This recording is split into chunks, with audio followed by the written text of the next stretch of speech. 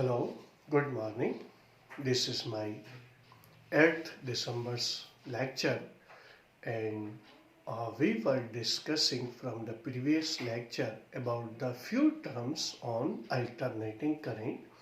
उसमें हम लोग अल्टरनेटिंग करंट से रिलेटेड कुछ टर्म्स डिस्कस कर चुके थे और अब कुछ और टर्म्स हम लोग इसके बारे में डिस्कस करने वाले हैं और उसमें सबसे पहले आता है instantaneous value of AC means alternating current. Instantaneous value या इंस्टेंटेनियस वर्ड हमारे लिए कोई नया नहीं है, 11 क्लास के अंदर भी हम लोग डिस्कस कर चुके हैं। Instantaneous speed, instantaneous velocity, instantaneous acceleration. अगर मान लो स्पीड या वेलोसिटी वेरिएबल हो तो पार्टिकल के पॉइंट ऑफ टाइम पर जो स्पीड होती है वही उसकी इंस्टेंटेनियस वेलोसिटी या इंस्टेंटेनियस स्पीड कहलाती है। सिमिलरली अल्टरनेटिंग करंट का मैग्नीट्यूड भी कंटिन्यूसली चेंज होता रहता है, घटता बढ़ता रहता है।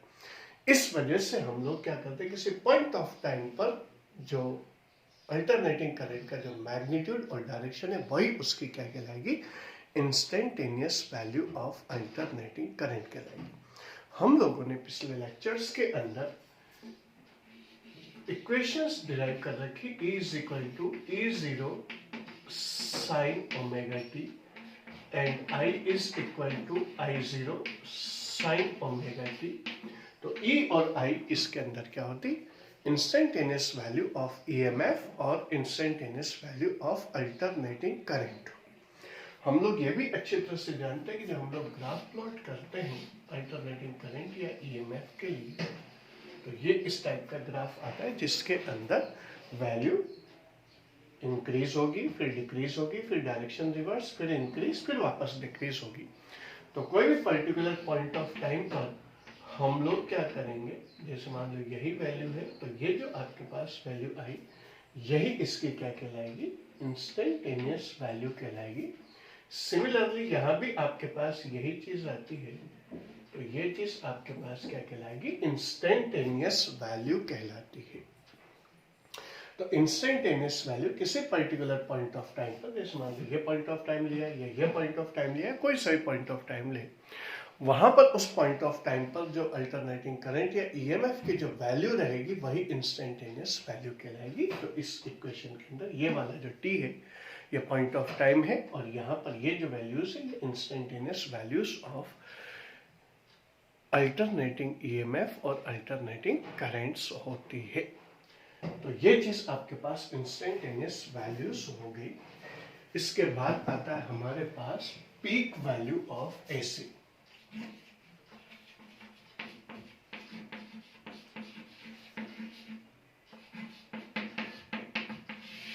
अल्टरनेटिंग करंट और अल्टरनेटिंग EMF की पीक वैल्यू क्या होती है।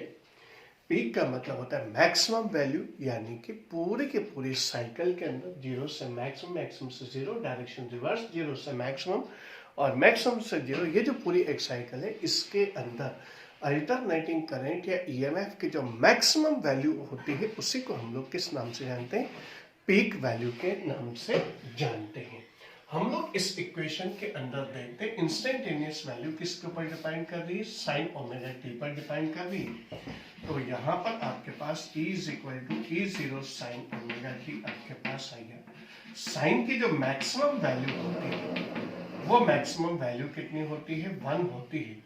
दैट मीन्स अगर हम लोग E इज इक्वल टू कितना पुट कर दें, E0 साइन ओमेगा टी की जगह 1, तो E0 या BNA ओमेगा आपके पास इसके अंदर आएगा। Similarly current I is equal to I0 sine omega t की वैल्यू यहाँ भी क्या पुट कर देंगे, हम लोग 1 पुट कर देंगे तो I0 आ गई, यानी BNA ओमेगा अपॉन आपके पास कितना आ जाएगा, R आ जाएगा, जहां पर R रेजिस्टेंस ऑफ कॉइल है। तो ये जो चीज है आपके पास मैक्सिमम वैल्यू जो होगी उसी को हम लोग किस नाम से जानते हैं, peak value of alternating current और peak value of alternating EMF के नाम से जानते हैं। तो ये चीज आपके पास पीक वैल्यू होगी। पूरी की पूरी साइकिल के अंदर अल्टरनेटिंग करंट जब मैक्सिमम वैल्यू ऑब्टेन करती है उसी को हम लोग किस नाम से जानते हैं? पीक वैल्यू के नाम से जानते हैं। तो ये हो गई आपके पास इंस्टेंटेनियस वैल्यू ऑफ एसी और पीक वैल्यू ऑफ एसी। इसके बाद हमारे पास कुछ और टर्म्स भी इसके अंदर हम लोग कंसीडर करते हैं। फ्रीक्वेंसी हम लोगों ने डिस्कस कर ली थी, एंगुलर फ्रीक्वेंसी हम लोगों ने डिस्कस कर ली थी, टाइम पीरियड हम लोगों ने डिस्कस कर लिया था। एक और टर्म हम लोग अब इसके अंदर डिस्कस करेंगे और वो है phase angle of AC. Alternating current के अंदर फेज एंगल क्या होता है, ये चीज तो हम लोग अच्छी तरह से जानते हैं। इक्वेशन हम लोगों ने देख रखी, E is equal to E0 sine omega t, या I is equal to I0 sine omega t plus five, या माइनस फाइव भी हो सकता है। तो यहां पर आपके पास ये जो साइन ओमेगा टी या sign omega t plus five है, इसी को हम लोग किस नाम से जानते हैं? फेज एंगल के नाम से जानते हैं। अगर हम लोग इसके वर्ल्डी मीनिंग के ऊपर जाए तो वो होता है कि वो एंगल जो किसी भी पार्टिकल की पर्टिकुलर जो इंस्टेंटेनियस वैल्यू है उसको रिप्रेजेंट करता है, उसी को हम लोग किस नाम से जानते हैं? फेज एंगल के नाम से जानते हैं। तो यहाँ पर अब आपके पास क्या होगा कि इसकी जो वैल्यू किस तरह से हम लोग फाइंड आउट कर सकते हैं, यही चीज आपके पास इसके अंदर आएगी। तो फेज एंगल को हम लोग इस तरह से समझ सकते हैं कि जैसे मान लो कोई भी एक सर्कुलर मोशन हम लोग कंसीडर कर लेते हैं और इसके अंदर हमारे पास क्या होगा, ये कोई भी पोजीशन है, यहां से अगर कोई पार्टिकल अपना मोशन स्टार्ट करता है तो ऐसी सिचुएशन के अंदर क्या होगा कि इसका प्रोजेक्शन इस जगह आएगा। प्रोजेक्शन का मतलब हम लोग समझ सकते हैं कोई भी छाया या इसकी शेडो। तो जैसे मान लो पार्टिकल यहां पर होगा और ये कोई स्क्रीन की तरफ वर्क कर रहा है, तो ये यहां पर इसकी क्या हो जाएगी? शेडो आ जाएगी। इसी को हम लोग प्रोजेक्शन के नाम से जानेंगे। यहां पर आपके पास यहां से जैसे जैसे पार्टिकल आगे बढ़ता चला जाएगा, वैसे वैसे इसका प्रोजेक्शन यानी शैडो भी किधर की तरफ जाती जाएगी? ऊपर जाती जाएगी। पार्टिकल यहां पर पहुंचेगा, प्रोजेक्शन इस जगह पर पहुंच जाएगा। उसके बाद फिर पार्टिकल इधर की तरफ मूवमेंट करेगा, प्रोजेक्शन वापस नीचे आने लगेगा। फिर पार्टिकल यहाँ पर आएगा, प्रोजेक्शन यहाँ पर आ जाएगा, यानी ऊपर जाकर के वापस यहाँ पर आ गया।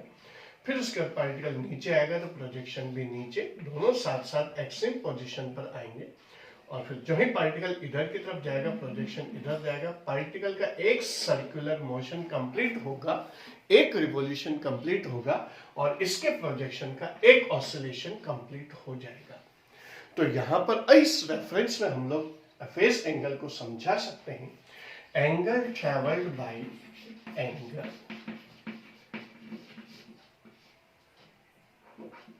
traveled by circulating particle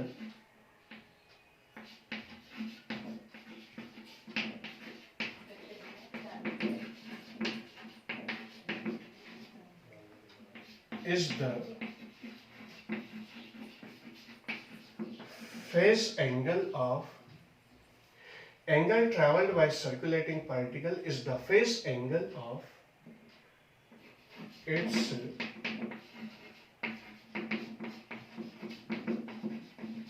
oscillating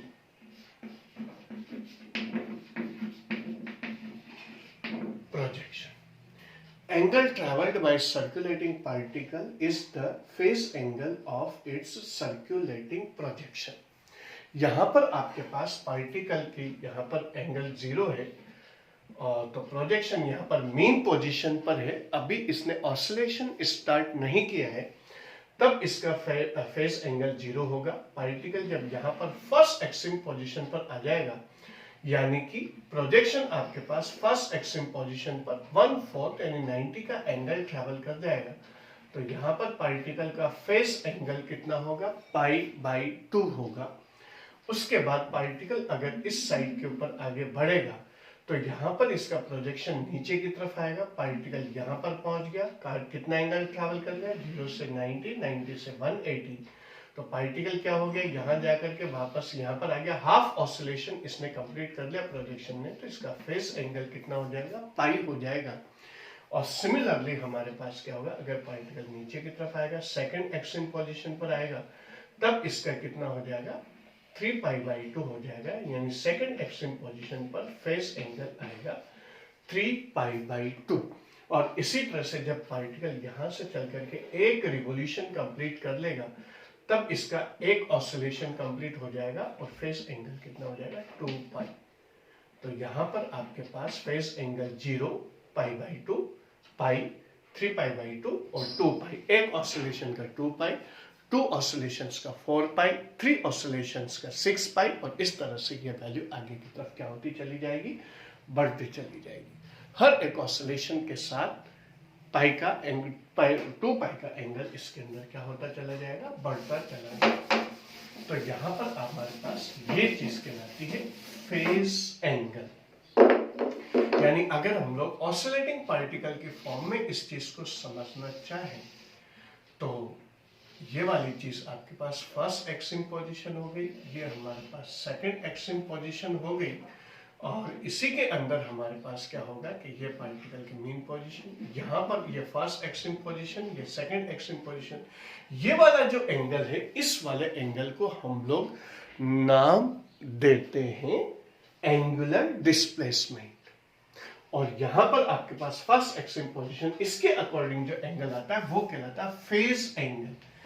ये कहलाएगा आपके पास एंगुलर डिस्प्लेसमेंट, जिसमें ये वाला एंगल आएगा और ये वाला एंगल आएगा, दोनों एंगल्स इसके अंदर आएंगे। यहां पर 0, फेज एंगल ये होगा 0, फर्स्ट एक्सट्रीम पोजीशन पर इसके अकॉर्डिंग π/2, हाफ ऑसिलेशन में पाई, और सेकंड एक्सट्रीम पोजीशन में 3π/2, और जब ऑसिलेशन एक कंप्लीट हो जाएगा तब 2π, फिर 4π, 6π, 8π, इस तरह से जितने नंबर ऑफ ऑसिलेशंस होंगे उतने ही मल्टीप्लाइड बाई 2π हमारे पास क्या होते जाएंगे, फेस एंगल की वैल्यूज आती चली जाएगी। तो ये चीज आपके पास इसके अंदर कहलाता है फेज एंगल। तो यहाँ पर 0 मीन पोजीशन पर जब पार्टिकल ने अपना ऑसिलेशन स्टार्ट नहीं किया, इसका मतलब ये पार्टिकल की इंस्टेंटेनियस वैल्यू को कैसे शो करता है, अगर फेस एंगल 0 है, इसका मतलब पार्टिकल ने अपना ऑसिलेशन अभी स्टार्ट नहीं किया है। फेस एंगल π/2 आ गया, इसका मतलब पार्टिकल फर्स्ट एक्सट्रीम पोजीशन पर पहुंच गया है। फेस एंगल π दे दिया, इसका मतलब हाफ ऑसिलेशन कंप्लीट कर लिया। फेस एंगल 3π/2 है, यानी सेकंड एक्सट्रीम पोजीशन पर पहुंच गया, और फेस एंगल 2π हुआ, यानी एक oscillation complete, 4π 2 oscillations complete, 6π 3 oscillations complete, and so on. ये चीज इसके अंदर चलती है। तो ये तो हमने ऑसिलेशंस के बेसिस पर फेस एंगल को समझा। अब हम लोग इसके अंदर क्या चीज समझेंगे, हम लोग अल्टरनेटिंग करंट में फेस एंगल किस तरह से यूज होता है उसी पर हम लोग डिस्कस करेंगे। ये हमारे पास कंप्लीट 1 साइकिल है। तो यहाँ पर क्या हो गया, अल्टरनेटिंग करंट ने अभी क्या हुआ, इसका जो मैग्नीट्यूड है वो 0 है, यानी कि इसका मैग्नीट्यूड बढ़ना शुरू नहीं हुआ, तो यहाँ पर फेस एंगल कितना हो जाएगा, 0 हो जाएगा। अब उसके बाद जैसे जैसे यहाँ से बढ़ते बढ़ते फर्स्ट एक्सट्रीम पोजीशन पर पहुंच गए, तब पार्टिकल का फेस एंगल कितना हो जाएगा, π/2 आ जाएगा। जब पार्टिकल यहाँ पर वापस अल्टरनेटिंग करंट की वैल्यू डिक्रीज होकर के और क्या हो गई, वापस 0 हो गए, यानी हाफ ऑसिलेशन हो गया, इसके अकॉर्डिंग डिस्प्लेसमेंट वापस 0 हो गया। तो यहाँ पर पार्टिकल का या अल्टरनेटिंग करंट का फेस एंगल कितना हो जाएगा, π हो जाएगा। और इसी तरह से हमारे पास क्या हो जाएगा कि वापस से डायरेक्शन रिवर्स हो जाएगी, और डायरेक्शन रिवर्स मतलब डिस्प्लेसमेंट के हिसाब से इधर, इसमें मैग्नीट्यूड, इसमें डायरेक्शन रिवर्स हो जाएगी। अल्टरनेटिंग करंट अगर क्लॉकवाइज थी, एंटी क्लॉकवाइज हो जाएगी, और जब वो वापस उसके अंदर रिवर्स डायरेक्शन के अंदर एक्सट्रीम पोजीशन पर पहुंच जाएगी, तब आपके पास एंगल आ जाएगा 3π/2, और जब ये चल करके वापस पूरी की पूरी 0 हो जाएगी, तब इसके अंदर फेस एंगल हो जाएगा π, 2π। तो यहाँ पर हमारे पास अल्टरनेटिंग करंट के अंदर 0 फर्स्ट एक्सट्रीम पोजीशन, जब उसने मैक्सिमम वैल्यू ऑब्टेन कर ली तब π/2, जब वापस 0 हो गई, यानी कि एक डायरेक्शन के अंदर इसका हाफ ऑसिलेशन कंप्लीट हो गया π, और जब डायरेक्शन रिवर्स के साथ मैक्सिमम वैल्यू ऑब्टेन कर ली 3π/2, और जब ये वापस अपनी ऑसिलेशन कंप्लीट कर लेगा, एक ऑसिलेशन कंप्लीट कर लेगा, फेस एंगल हो जाएगा 2π। तो अगर मान लो हम लोग अल्टरनेटिंग करंट के रेफरेंस पे अगर अपन बात करें तो इसके अंदर क्या होगा, अगर मान लो हम लोगों के पास ये दे दिया π/2 फेज एंगल, इसका मतलब अल्टरनेटिंग करंट 0 से बढ़ करके क्या होगी, एक फर्स्ट डायरेक्शन के अंदर मैक्सिमम वैल्यू ऑब्टेन कर चुकी है। अगर 3π/2 यानी second extend position reverse direction के अंदर मैक्सिमम वैल्यू ऑब्टेन कर ली है। अगर पाई तो इसका मतलब अल्टरनेटिंग करंट की वैल्यू 0 से मैक्सिमम और मैक्सिमम से क्या हो चुकी है, 0 हो चुकी है। तो ये चीज हम लोग इसके रेफरेंस के अंदर बात करते हैं और यहाँ पर आकर के वैल्यू कितनी हो जाएगी, 2π इसके अंदर वैल्यू आ जाएगी। तो ये चीज हमारे पास इसके अंदर अल्टरनेटिंग करंट और ईएमएफ की वैल्यूज हमारे पास इसके अंदर आ जाती है। तो ये चीज हम लोग इसके अंदर कंसिडर करेंगे। तो अल्टरनेटिंग करंट हम लोग इस तरह से, इसके अंदर एक और चीज आती है, अगर हमारे पास इस तरह के फेज एंगल गिवन है E = E0 sin ωt plus phi, तो इसके अंदर हमारे पास क्या होगा, t = 0 पुट करेंगे यानी इनिशियल कंडीशन पुट करेंगे, तो हमारे पास कितना आ जाएगा, ओमेगा इंटू 0 प्लस फाई यानी साइन फाई, ये कहलाता है इनिशियल फेज एंगल। क्योंकि कई बार क्या होता है कि पार्टिकल जरूरी नहीं कि अल्टरनेटिंग करंट की वैल्यू 0 से शुरू हो, कोई भी और वैल्यू से शुरू हो सकती है। तो यहाँ पर हमारे पास क्या होगा कि वो जो t = 0 पर जो फेज एंगल आएगा वही उस क्या कहलाएगा, इनिशियल फेज एंगल कहलाता है। इसी चीज को हम लोग किस नाम से जानते हैं, इनिशियल फेज एंगल के नाम से जानते हैं।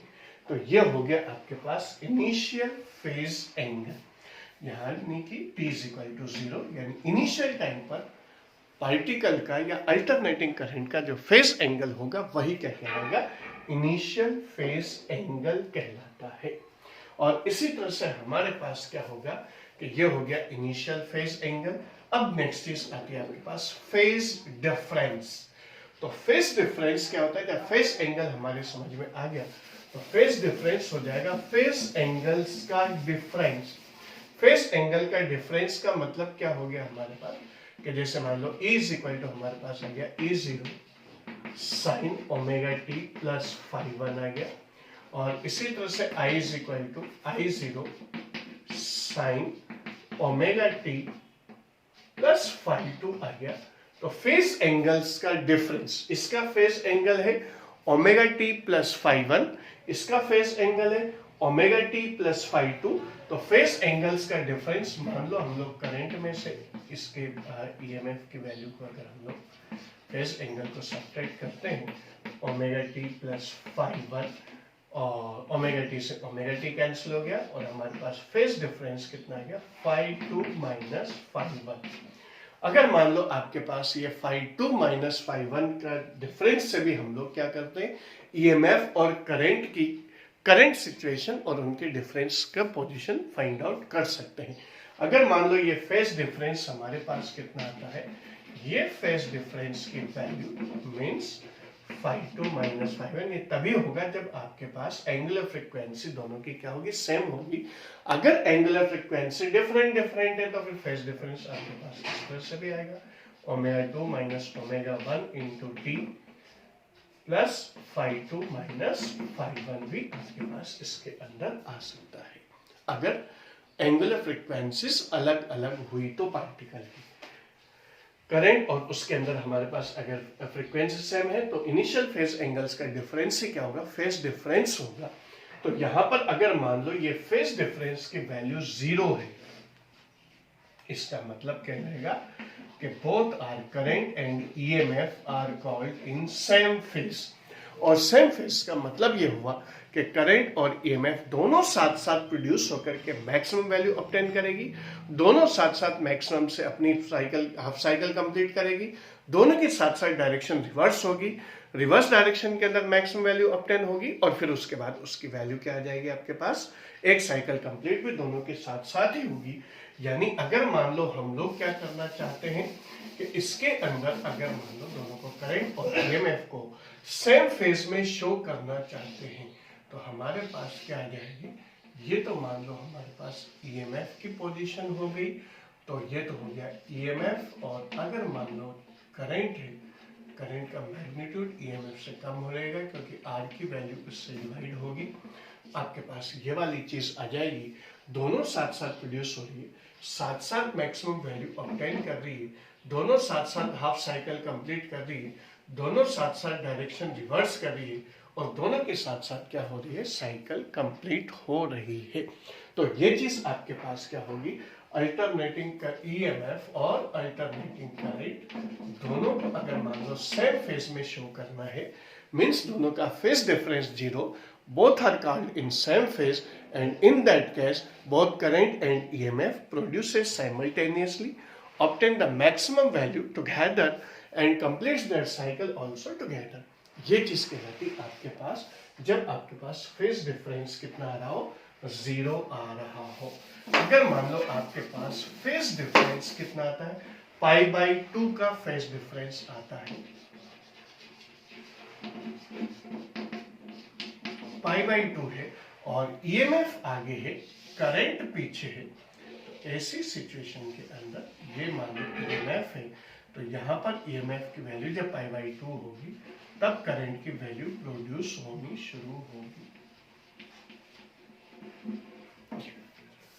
ये हो गया ईएमएफ और ये होगी आपके पास करंट, अल्टरनेटिंग करंट। तो यहाँ पर हमारे पास क्या, इसका मतलब ये हुआ पहले ईएमएफ प्रोड्यूस होगा, फिर उसके बाद वो मैक्सिमम वैल्यू ऑब्टेन करेगा, जब वो मैक्सिमम वैल्यू ऑब्टेन कर लेगा तब करंट प्रोड्यूस होना शुरू होगी।